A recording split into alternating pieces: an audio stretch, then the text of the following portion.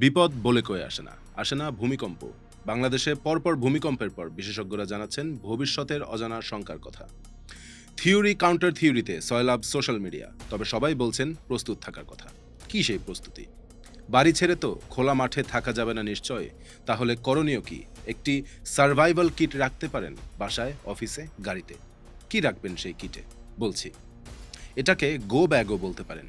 যুক্তরাষ্ট্রের federal emergency management agency বলছে, ভূমিকম্পের পর জরুরি সেবা বন্ধ হয়ে গেলে অন্তত ৭২ ঘন্টা থেকে প্রয়োজনে ২ সপ্তাহ পর্যন্ত নিজ উদ্যোগে টিকে থাকার জন্য দরকার এই কিট। প্রথমে প্রয়োজন বড় আকারের ব্যাকপ্যাক, যেখানে অনেক ধরনের জিনিস রাখতে পারবেন। রাখতে হবে খাবার ও পানীয়, শুকনো কিছু অপচনশীল খাবার যেমন বিস্কিট, মুড়ি, গুড় কিংবা যে কোনো ধরনের ক্যান্ড ফুড, এবং পানি। অন্তত ২ লিটারের পানির বোতল সাথে রাখা জরুরি। শেষ হয়ে গেলে অন্যান্য উৎস থেকে নেয়া পানি বিশুদ্ধ করার জন্য ব্লিচ বা পানি বিশুদ্ধকরণ ট্যাবলেট।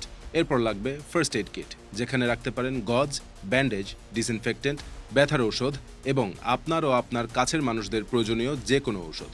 এক্ষেত্রে কারো কোনো ধরনের অ্যালার্জি থাকলে তা মাথায় রাখতে হবে। পাশাপাশি কাজে দিতে পারে অতিরিক্ত চশমা, কন্ট্যাক্ট লেন্স ও কন্ট্যাক্ট লেন্সের সলিউশন। শিশু, স্তন্যদানকারী মা এবং বয়স্ক ব্যক্তি থাকলে তাদের জন্য প্রয়োজন হতে পারে বিশেষ ঔষধ ও বাড়তি খাবার। বিপর্যয়ের ক্ষেত্রে অত্যন্ত জরুরি হয়ে উঠবে যোগাযোগ, তবে ভেঙে পড়তে পারে যোগাযোগ ব্যবস্থা।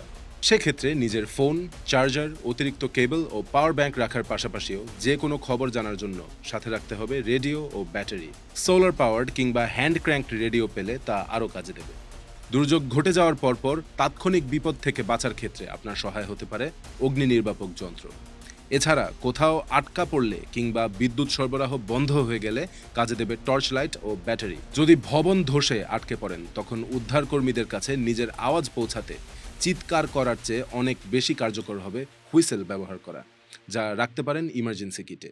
বিধ্বস্ত জায়গা থেকে বের হবার ক্ষেত্রে কিংবা কাঁচ, ইট, ভাঙা কংক্রিট ও ধুলোবালির মধ্যে চলাচলের জন্য রাখতে পারেন হাত মোজা, শক্ত সোলওয়ালা জুতা ও ক্লিনিক্যাল মাস্ক। ঘুমানোর জন্য সাথে রাখতে পারেন কাঁথা, কম্বল কিংবা স্লিপিং ব্যাগ। নিজেকে পরিষ্কার রাখার জন্য রাখতে পারেন টয়লেট পেপার এবং ওয়েট টিস্যু বা ওয়েট ওয়াইপস। বিপর্যয়ের ক্ষেত্রে ব্যাংক ও অনলাইন ব্যাংক ব্যবস্থা ভেঙে পড়তে পারে, তখন কাজে আসবে না আপনার কোনো কার্ড কিংবা অনলাইন পেমেন্টের অ্যাকাউন্ট। তাই সাথে রাখতে হবে কিছু নগদ টাকা। আপনার যদি গাড়ি থাকে তাহলে সেখানেও একটি ইমার্জেন্সি কিট রাখতে পারেন এবং সাথে রাখতে পারেন সিট বেল্ট কাটার ও উইন্ডো ব্রেকার।